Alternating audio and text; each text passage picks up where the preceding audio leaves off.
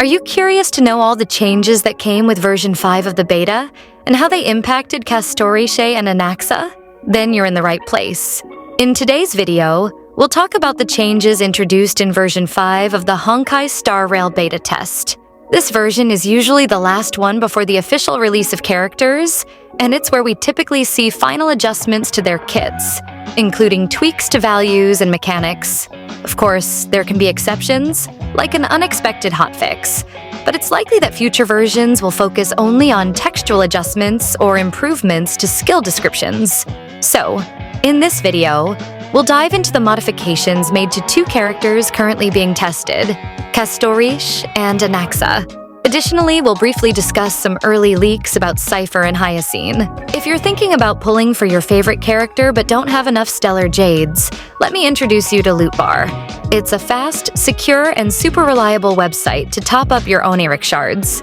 On Loot Bar, you'll find prices with up to 23% discounts compared to in-game prices and a super simple process. Just select the amount of Oneiric shards you need, enter your UID and server, and complete the purchase. Everything is done securely, so your items are delivered straight to your account without any stress. In addition to Honkai Star Rail on Loot Bar, you can also top up other games like Genshin Impact, Zenless Zone Zero, and Wuthering Waves. And if play on other platforms like PS5 or Xbox, you can also top up at Loot Bar. Click the link in the description and register to get an additional 8% discount coupon that can be combined with all other discounts. Let's start with Castorice, who received some interesting changes in this beta version. The first adjustment was to her enhanced skill, which is used when her dragon is summoned. This skill now scales with Castorice's maximum HP, and the numbers have been adjusted to make it more impactful. Previously, Castorice dealt damage equal to 24% of her maximum HP, while her dragon dealt 42%. Now, these values have been increased to 30% and 50% respectively. This means both Castorice and her dragon will have a greater impact in battles, delivering more consistent damage from both her and her Memo Sprite. Another important change was made to Castorice's second Eidolon. When she summons the dragon and uses her enhanced skill for the first time, she now generates 30% charge for her ultimate instead of the previous 20%. At first glance, this might seem like a small adjustment, but those extra 10% can make all the difference in longer battles. This change allows her to recover her ultimate more quickly in specific situations, increasing how often she can use her main source of damage, her Memo Sprite. These changes aren't designed to create massive bursts of instant damage, the famous screenshot damage, but instead make Castorice's kit more consistent and efficient over time. With more frequent access to her ultimate, she can maintain a steady presence on the battlefield and maximize her dragon's impact. This is a great improvement for players who enjoy a gameplay style centered around summoning her dragon frequently. Now let's talk about Anaxa, who also underwent significant adjustments in this beta test version. The first change was a nerf to his main talent. Previously, when enemies hit 5 or more weaknesses and entered the altered state caused by Anaxa, he gained a 40% damage boost. This value has been reduced to 30%, slightly lowering his ability to deal explosive damage against targets with multiple weaknesses. Even so, he remains highly effective at applying weaknesses to enemies and easily triggering this altered state. Another notable modification was made to Anaxa's E6 Eidolon. Previously, to reach the 130% bonus damage offered by this Eidolon, he needed to apply Sublimation, a debuff accessed through his ultimate, and stack it 3 times to achieve the maximum bonus. Now, he starts combat with the full 130% bonus damage activated automatically. Additionally, the effect tied to having multiple Path of Erudition characters on his team no longer depends on this specific team composition.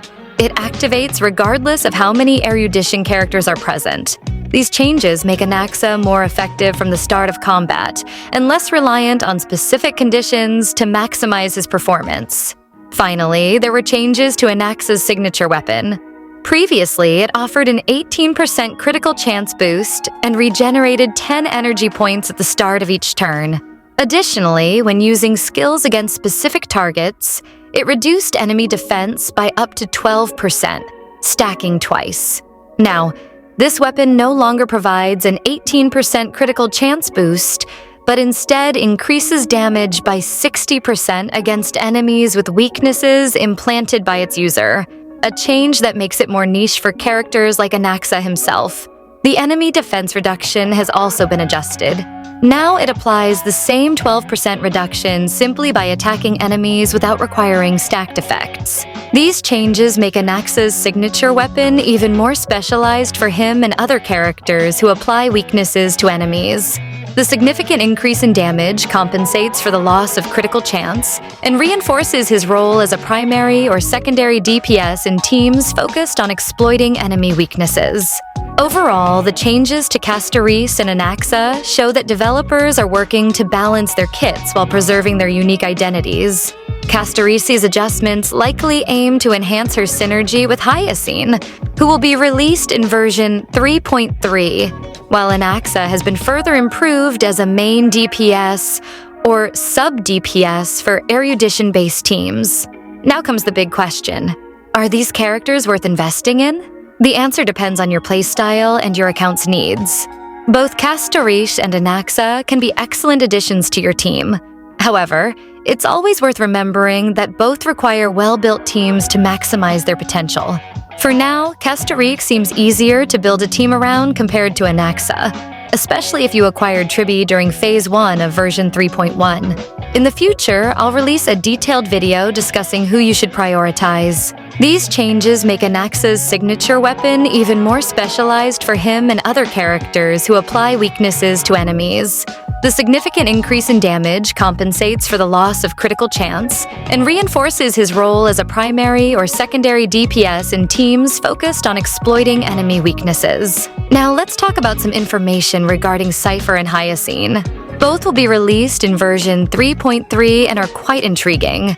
Let's start with Cipher. Cipher will have an exclusive debuff that she applies to enemies and can transfer between them during battles. Additionally, Cipher has extra attacks built into her basic kit. However, much of her offensive potential comes from additional damage generated by these extra abilities. In other words, she doesn't rely as much on direct attacks as she does on secondary interactions triggered by them. For now, we don't know exactly which team compositions will suit her best. Her synergy with other characters remains uncertain. That said, there are hints that she might have some connection with Acheron and Fake Xiao, though nothing direct or obvious so far. Hyacine is another interesting character. She stands out for being extremely fast thanks to her high speed stat, but this advantage comes with some important limitations in her overall kit. Hyacine seems to shine only in specific compositions based on HP burning mechanics. Contrary to some earlier leaks, Hyacine doesn't seem to work well alongside the Herta. Another curious aspect is how Hyacine uses HP, first burning part of it before restoring it later as part of her abilities. This dynamic creates interesting synergy between Hyacine and characters like Castorice, Mayday, or Blade. So, what do you think about the changes in version 5.5? And what about the early leaks for Hyacine and Cipher? Share your thoughts in the comments. Don't forget to leave a like and subscribe if you enjoyed this video. Thank you so much for watching until here. See you in the next video.